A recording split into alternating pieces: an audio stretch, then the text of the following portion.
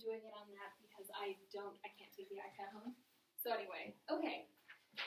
So please stop staring at it now. Thank you. Okay, so what we are going to be looking at today is writing a proper essay. So let's first start out with what do we know? I'm shutting the wrong side. What do we know needs to go into a good paper first of all? It's kind of an introduction. Here we go. A tag, hook. Hold on. Title. Sorry.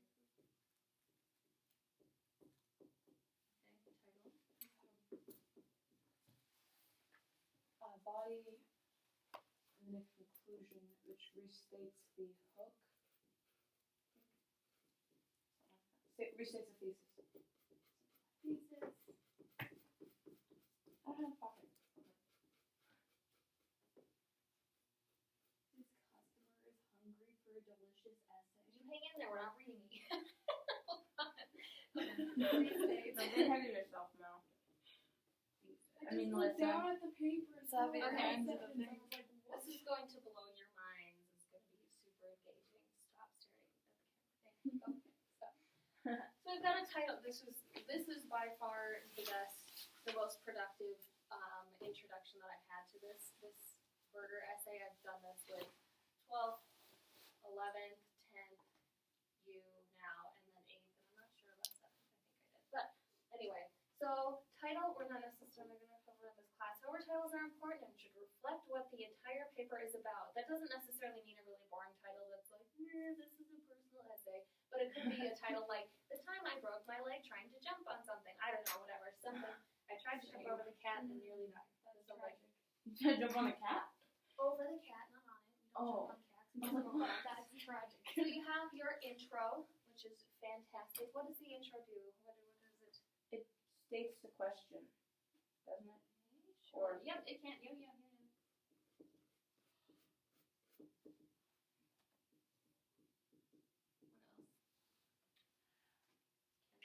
It shows what will probably be in the essay.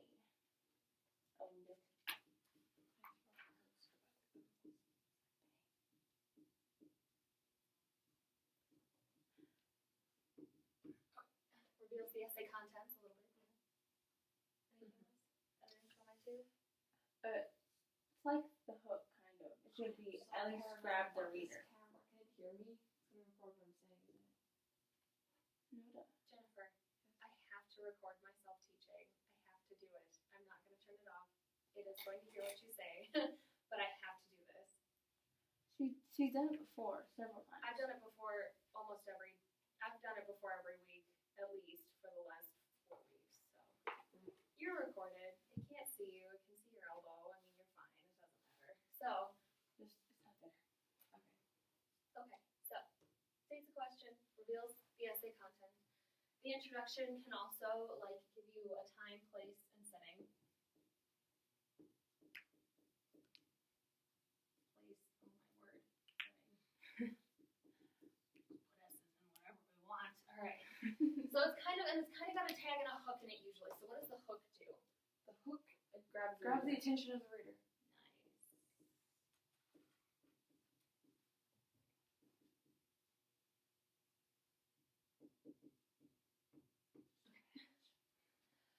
Melissa, what is the thesis of a paper? The one I forgot. Every time I call on you. Okay, what is the body of a paper? We'll come back to thesis. It's like the main part of the bun. Like, the bun's actually the top of the face. So we got the main The part. meat. It's the meat of the look at you The already. burger. All right, okay, so we got this the main part. It's the meaty part. Beautiful. Who can tell me what the thesis is or does? Thesis statement is the thing that's like saying what you're going to explain. I'm not sure. It's like the question, basically. The question that you're kind of answering. Yeah. Topic, not really topic. I like the ones you look like you're floating. Just do question, topic, perfect. So, I'm gonna lift the legs. And I'm just like, So we got a question, topic, Good. And then we've got our conclusion, and you said that it basically restates the thesis statement. Is there anything else about a conclusion that you guys? It rounds off the entire thing. So Okay, awesome. it concludes this whole thing. Thank you, Melissa. Beautiful. It's Oh my god, it restating. concludes. Restates. Sorry. Please Oh, dismiss the track students to the lunchroom. Was it you two? Yeah. You're just gone? Yeah. I didn't get to my paper. Okay. Here, I'm giving you the rest of it. Woo, sorry. Then there was And then there was one. Let me give Keep you my the burger paper. Yes, please keep it. You guys are going to be writing a comparative essay in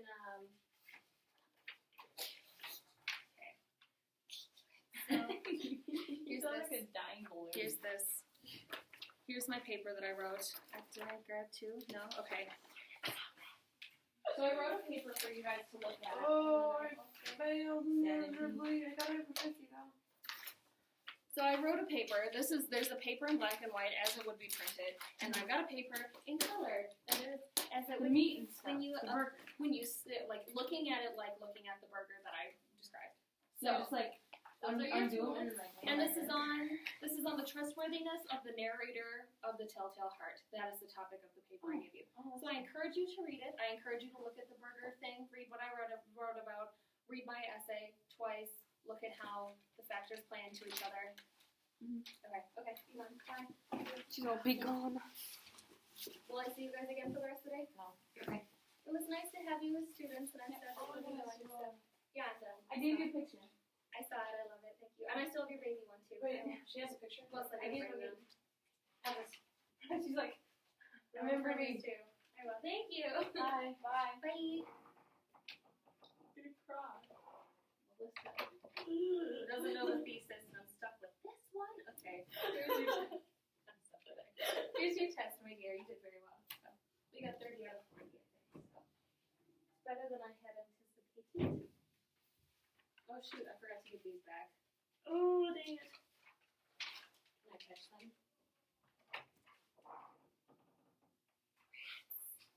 Fine. Just leave it on his desk to get back to them.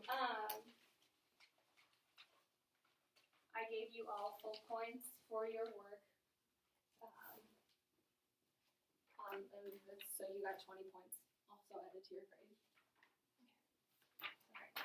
And then I just drop it on the ground. Throw it on the ground. It's fine. I don't care anymore. Okay, so these are all airing papers that I happen to have, and this happens to be, for some reason, something I never got back to you.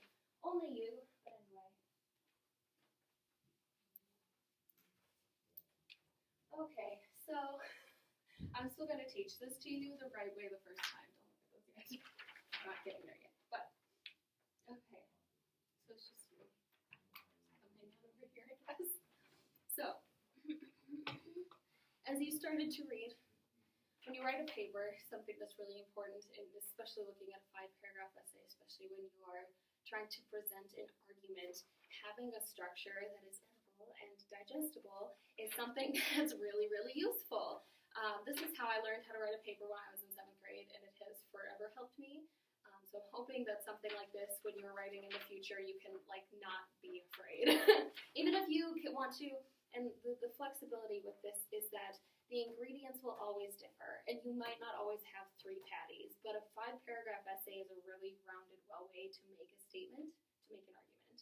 So when my friends were mad at me in high school, they would write 5-paragraph essays about their problems, which was funny. They'd be like, I think that you're messed up in this way, or they did that. That was their thing, was writing 5-paragraph essay points to take people down, because it's an organized, structured way to show people that you mean business.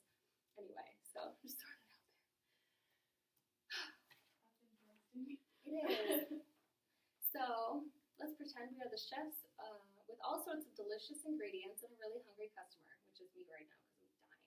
It's our job to create a burger that is well organized and will satisfy the customer. Now because we are in English, because we are in English class, this customer is hungry for a delicious essay. As readers, it is our job to take the ingredients we pick out of books and assemble it in an edible fashion. A digestible essay creates a statement, makes an observation, or an argument. Also remember that you are not making it for yourself to eat, but for somebody else. So let's look at the ingredients we're working with. Not that you necessarily know that, but it's so easy when you're writing to say, this is how I would say something. But just because you would say it that way does not mean it's easy to read. So it's something to consider. Rereading papers especially, you start to pick up those details. Anyway, I'm gonna point this way since we're sitting over here and you can't see me. I love it. There we go. Okay. Okay, so when you're writing an essay, there are places that make sense when you're writing. So the first one being your opening statement. So we've got on the board, we've got a title. The title isn't necessarily a part of this, but that's okay. We've got our intro statement, the hook, and the thesis. That's all going to be in your opening bun. And the opening bun is something that helps you introduce your paper. So when you are when you're writing a paper, sometimes it's easier to say, these are the points that I've got. When I was reading the book, these are the important quotes that I pulled out. And maybe you start writing your body first, and that's okay. But when you structure it to finish it completely, you have to make sure that you've got a nice, broad opening statement. The other way that I like to look at writing papers is like a funnel system.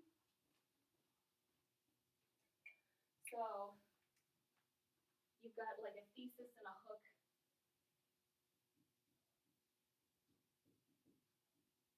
The thesis will go in your little funnel here, right? And it's your job to take all of this info and quotes, Q-U-O-T-E-S, quotes, and other stuff that you pick up, and funnel it through to make one perfect point.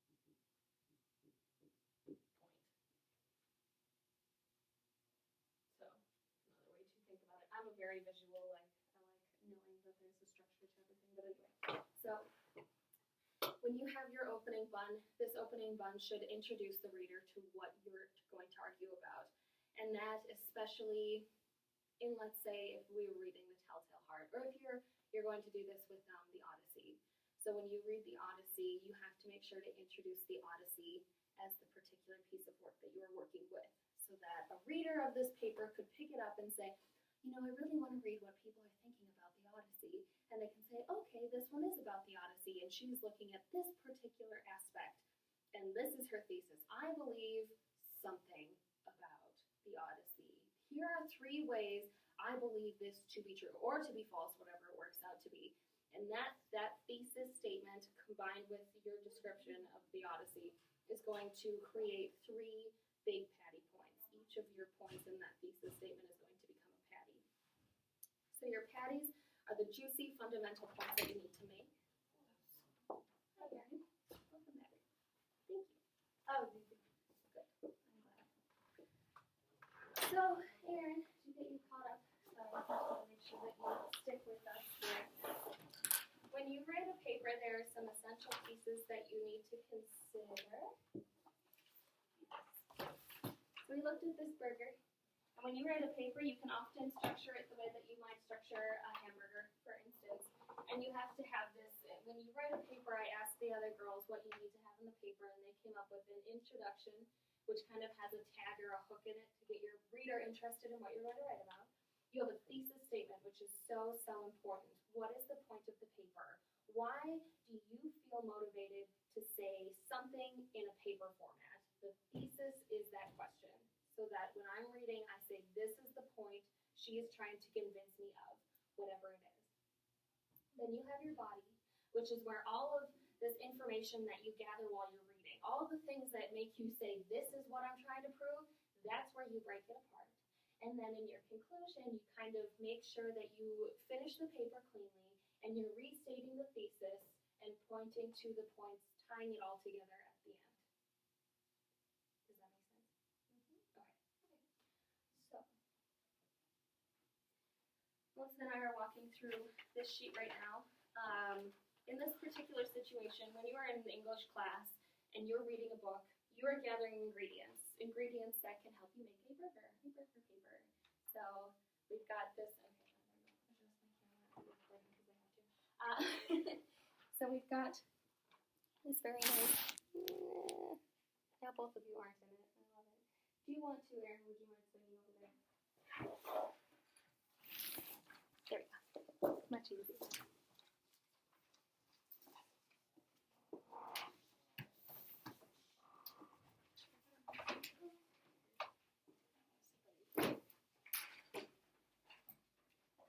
You do not have to turn them over yet. I want you to just hold on to them for a second. But anyway. So when you're writing a paper, when you're trying to format it, it's easy to format it in the way that you would format a burger. You want to write an essay that's satisfying and delicious and easy to read, that's concise. And not messy. You want to be able to pick it up and hold it and eat it, and it's okay. So, we talked about the opening bun, which is this intro, this hook, and this thesis. If you do not have a thesis that you're writing towards, then your paper is kind of pointless. You're making points towards no goal, which is frustrating to read because you're reading towards no goal. So we looked at that and the importance of that. And then we've got these patties, which are each thesis should have about 3 points, especially in a 5-paragraph essay. So each of the points that you're trying to make becomes a patty, becomes a juicy, meaty piece of flesh that you want to develop more and that you want to complement with other condiments. So, when you're making these points, when you're saying, I believe that the narrator in Edgar Allan Poe's, have you read The Telltale Heart by Edgar Allan Poe? Okay, that's okay, I'll describe it. When you're making these points, you want to be able to use actual pieces from the literature. You want to take quotes and actual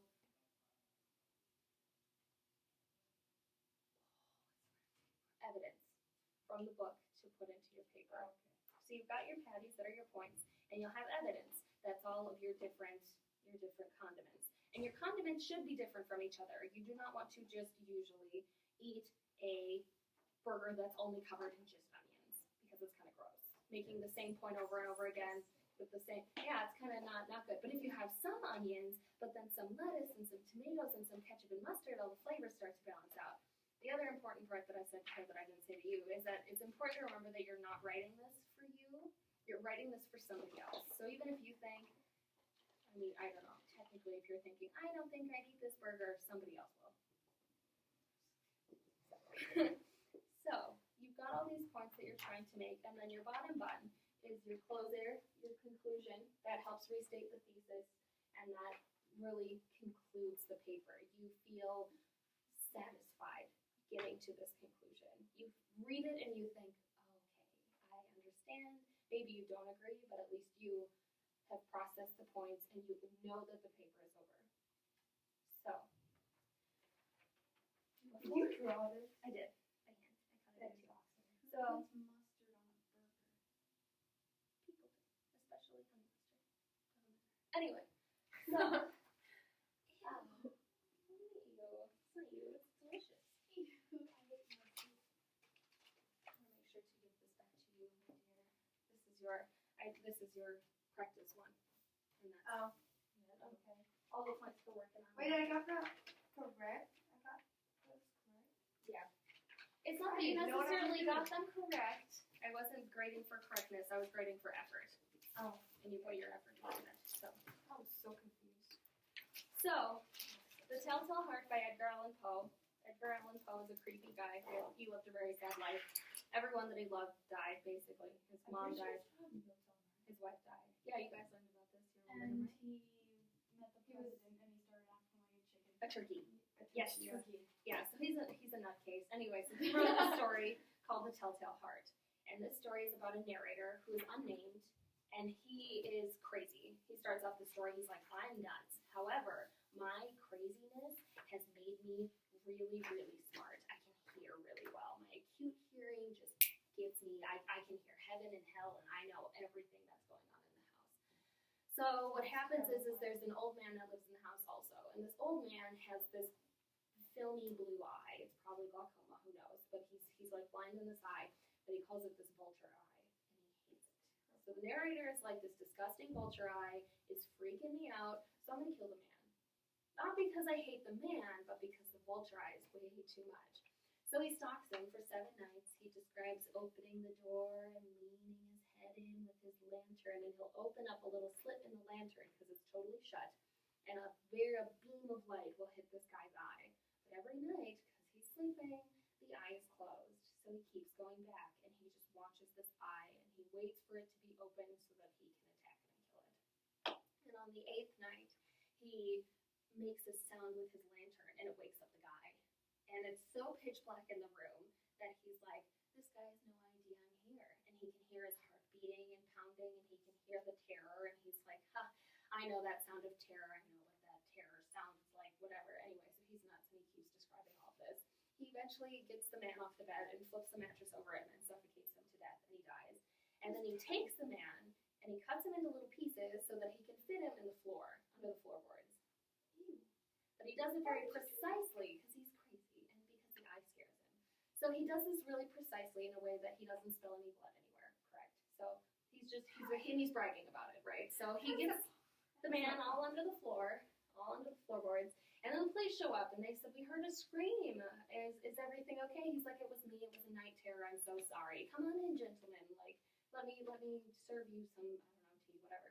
Anyway, so he takes them right into the room and gives them chairs and puts his chair right over the floorboards with the dead body, and he sits on it, and he's talking to the police, and he can start hearing this thudding, this thudding like through cotton, and it's his heart, and it's still beating, and he knows that the police can hear it too, and he's like, oh my God, they're just teasing me, and they're gonna get me, and they're gonna kill me, and I can't take it anymore, and he rips up the floorboards, and he's like, there's your body. That is terrifying. What did the police do? So, that was it. That was literally it. He just rips up the floorboards, and that's the end of the story. But he's a sad guy. You got to take this all into consideration, right? Yeah. So I asked the 8th graders to write a 5-paragraph essay on whether or not the narrator of the story is a trustworthy man. So all of them said no, he's not. They're like, of course he's not trustworthy, he's crazy. So I wrote that he is trustworthy, and I wrote a 5-paragraph essay to demonstrate to all of us today that how to write a very nice 5-paragraph essay. So I'm going to read it to you first, and you just, the top one that you've got. Yeah, that one. So let's read through this one first. From the beginning of my life, I have been taught to trust the narrator of a story.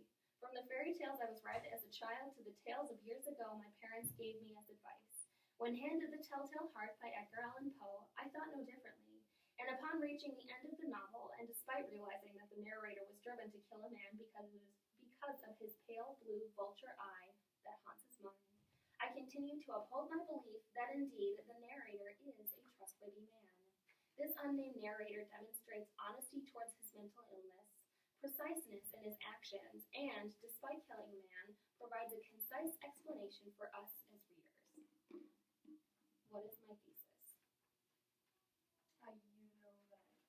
What is my thesis statement? Read it back to me. Because there's an opening bun, but in the opening bun there is a thesis statement, which makes the point. Is it the sentence when handed the Telltale Heart by? No, because that's still me introducing the book and introducing my take on this and my background. What is the point I'm going to make in this paper? The unnamed narrator Demonstrates. Yeah. Demonstrates honesty towards his mental illness, preciseness in his actions, and despite killing a man, provides a concise explanation for us as readers. Those are my 3 points I am going to make in my body paragraph. Make sense? Mm-hmm. Those are each my topics. So let's go into the first one. So knowing that a trustworthy narrator presents honesty about work, I've found through my reading that this narrator begins and ends his story with a consistent truthfulness that can be misleading. Now I have a quote. The disease has sharpened my senses, not destroyed, not dulled them. Above all, my hearing is acute. Upon initial reading, it would seem like someone with a mental disease might not be trusted. And although they shouldn't in, let's say, child care, narration of a story is much different, and their sense of the story can be entirely justified. If this is his personal account, we need to be able to put faith that he is giving us his best account, and based on the opening, I would consider this to be true.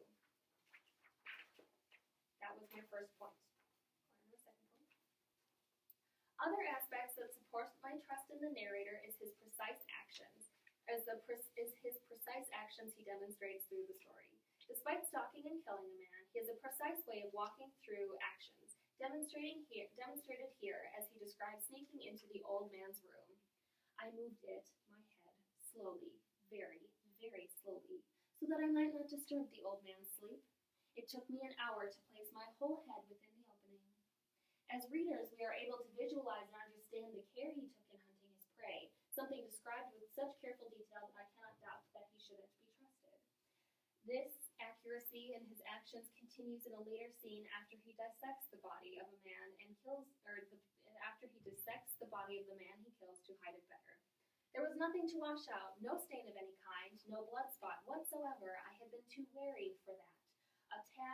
I'm sorry, it's supposed to say tub. That is a spelling error. A tub had caught all. Haha.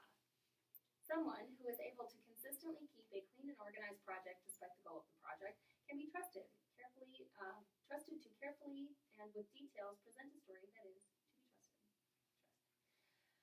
So finally, my third and final point, as has been touched on but should also be the focus, is the precision of language this narrator uses through the story to help us understand as nearly as possible his intentions and put the final nail in the floorboard of his trustworthiness. But I found the eye always closed, and so it was impossible to do the work, for it was not the old man who vexed me, but his evil eye. He uses the sharp word vexed to show his angry fixation with the eye, and not the man. While it is a single short word, it helps readers understand his feelings, which in turn lets us deeper into his perspective, as a good narrator would do. This trend is seen through his narration and helps to finalize my point. So now I'm going into my conclusion of my paper. This trustworthy narrator has prevailed with honesty, demonstrated his preciseness in figure, and used the precision of language to deliver a well-crafted recollection of a time he was plagued by the eye of an innocent old man. As a reader who has sought finding a disappointing and misleading narrator, I have not found one yet in this work of Poe, and through careful calculation and weighing these new and potentially misleading factors into consideration will continue my bibliophilic onslaught. What does that mean? A bibliophile is someone who collects books to their detriment. So let's look at the other one that I gave you. This is the exact same paper in the colors of a burger. It matches my burger outline perfectly. So now you can see how, as I'm going through my story, where my patties are, you can see there's a slight difference right here. That's my thesis statement. So I want to make sure that it's very clear. So as we go through, I don't have a copy of this, I don't know why. But we've got our meat point, we've got our quotation, which is something that we need. And then when you have a quotation in the story, when you present a quote, it's very, very easy to continue to just describe what happens in the story. It's really easy to say, and then he walked into the room, and then he dropped the lantern, and then the man woke up, and then he flipped the thing. The problem with doing that, yes it is, okay, there. The problem with doing that is that you're not making any points anymore, which is not the point of a paper. You want to be making points, right? Mm-hmm. So if you have a quote that you're trying to support, you need to have supporting evidence from your own mind. You need to make sure that you're supporting it with how you've read the quote and how it helps support your evidence, which is why my quotes are specifically outlined in one color and the supporting evidence in another. So when you flip the page, there's a lot of tomatoes. There is. One of my paragraphs had two different quotes in it, so those are highlighted in different colors, and the yellow is the cheese that is supporting those couple onion quotes. But you can have more than one quote supporting your evidence. I don't want you to ever feel limited to saying, oh, I just have to have a point, a quote, and a statement. A point, a quote, and a statement. That's not how this should work. Burgers are flexible. Some days you only have one patty.